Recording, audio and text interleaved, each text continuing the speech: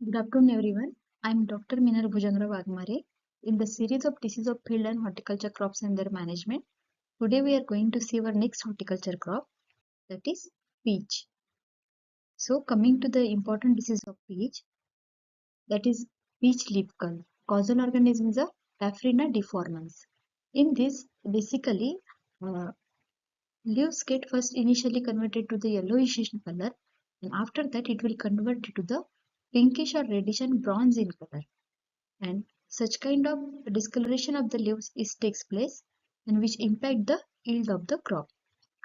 Curling of the leaves is also takes place. Reddish color spots appear on the fruits and young shoot. Coming to the disease cycle of this disease, sexual life cycle is continued by the ascospore and asexual life cycle continued by the conidiospore. In this, a compatible male hyphae and female hyphae get uh, comes in contact and lead to the formation of the naked asci. Here, typical fruiting body structure is not formed. In naked asci only, it will give to release to the ascospores, and asexual cycle is continued by the conidiospore. This conidia lead to the secondary infection of the plant. Once penetration of the fungus or mycelium takes place inside the plant, treating such a plant after after fungus penetration is not worth it.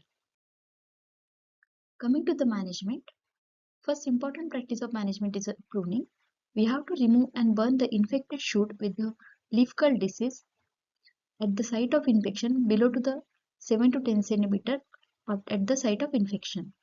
And after that, we have to apply the some important chemicals, Bordeaux mixture, carpentenzyme. We can also go for the spraying of the mancozeb and at 20 days before the harvesting. Some resistant varieties such as Avalona Pride and Hurricane can be used to manage the leaf curl disease of the peach.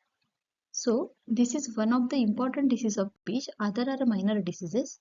So I have covered only peach leaf curl. And if you like this video, please subscribe my channel and like my videos. Thank you.